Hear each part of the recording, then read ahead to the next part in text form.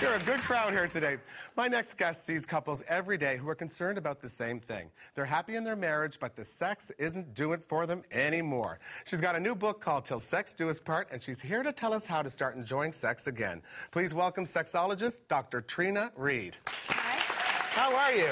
Excellent. Thank you so much for being here today. What inspired you to write this book? Well, I was flying all over the world giving seminars, attending graduate school, and I came home to my husband after a few years of marriage, and he said to me, "We're going to a marriage counselor," and I sat across from him on a marriage counselor's couch, listening as he complained, "We're not having sex anymore." Now, I don't know if you can get the irony of being a sex expert in a sexless marriage. It kind of seems... Yeah. It seems a little strange. Yeah, and so I went to my library of books looking for answers, and there really wasn't anything there for me. And then I realized in amongst this that there's millions of women who are experiencing the same thing that I did. And I wrote a book because I couldn't find a book to offer to these women. The whole book is geared towards Till Sex Do Us Part. Basically, it's geared towards after marriage. The difference between sex before marriage and the difference, and then sex after marriage. Let's go through that. You call it single woman sex. Yeah. What is that? Well, if you think about how you learned to have sex, it's usually a really short time frame, and it's usually pretty, because we don't discuss sex in this society, it's usually pretty limited in what we learn.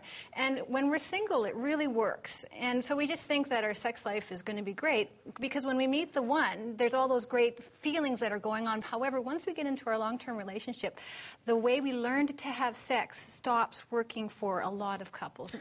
So you're not prepared before? You're not kind of preparing yourself for what's going to happen after marriage? No. Is that what's happening? Well, no. Couples, especially when you meet somebody, you feel that you're invincible. When you first get together with somebody, you want to call your friends saying, "Our sex life is amazing. It's so good."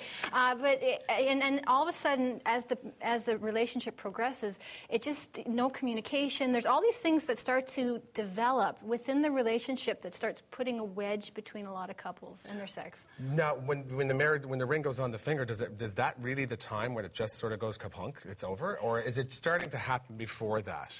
We have generally 2 years. 2 years, we're full of what I call love drugs. So our body has dopamine and our body's own amphetamine-like substances. So when you first meet somebody that you're attracted to, it's almost like you're on speed or cocaine. Right. There's a suppression of serotonin, which means that you can't stop thinking about this person. And also we're in the courtship stage, so we're putting our best foot forward. And for women especially, there's a lot of built-in intimacy in the first part of our relationship that satiates this need that we have. Once we pass that 2 years mark, we stop touching each other so much.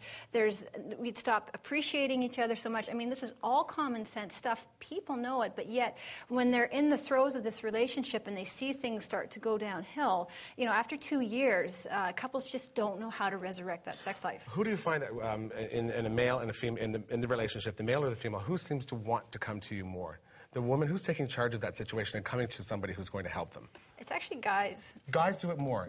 And why do you think that? Well, I think when men are one-on-one with me, they open up. When men are around other men, they don't tend to open up. So they're not going to stay in the locker room, my sex life really stinks. Yeah. But to me, they will. So it tends to be men who approach me, and the women are a lot more reticent to come. However, what's very interesting to me, when I give a seminar for women, and there's lots of women in the room, they can't stop talking about it, but one-on-one, they're a little bit more shy. Really? Yeah. Okay, now you've got some really great ways that you can actually kind of get the sex and the sex appeal and the energy back on track. And the first one here is get rid of your single woman sex baggage. I think that's very interesting. Well, what happens when we keep having the same sex over and over, women lose desire. And the number one reason couples in North America stop having sex is a lack of desire. So the biggest thing you have to get over when you're moving into better sex is this lack of wanna, a lack of desire for a lot of women. Okay. And you also talk here about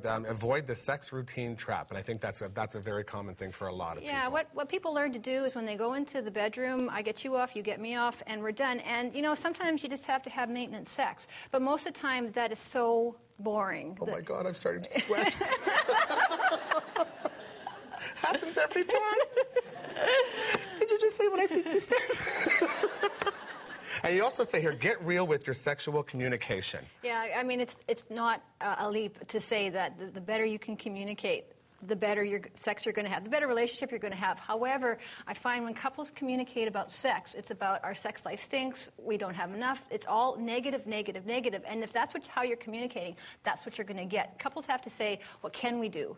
Have that, it's not where we want it to be. What can we do with it? Right. And also, too, there's the negative, negative, negative, or there's the none, none, none. We don't talk about it at all. Yeah. We don't do it. We don't talk about it, period. There's, you know what? It's going to come out somewhere. You know, the fighting over the toothpaste cap. It's going to come out somewhere. But, you are communicating about it, even if you're not directly discussing it. That is so true. You never take out the garbage, and I hate when we have sex and you have that argument, and it's all in one sentence. Yeah. It's like, whoa, I thought we were talking garbage. Well, and then you talk here about make married woman sex stick. I find that couples, they have to bring a lot more sexual novelty in. But before they bring sexual novelty in, they have to kind of figure out and fix what's going inside the relationship. But once you have that fixed, this is a great opportunity to bring new ideas in, and it should be a shared fun thing. And it should be like, what can we do as a couple to make our sex life fun? And my chapter 9 is full of ideas to make your sex life fun. But I'm not a creative person. I need to read a book to say, okay, well, this is what I can do tonight. So it's just looking at ways every day or every week or every month, however often you're having sex. That's right. To not just walk in and do the same old thing, but doing something different. Get a little bit more experimental. I am going to make sure the next time that you're on the show, I'm a little more mature about this topic, okay? I promise you. I promise you. Thank you so much for being here. My pleasure. You know what? Everybody in the audience is going to be taking home this great book, Till Sex Do Us Part. And thank you so much for being here. Stick around, everybody. We will be right back.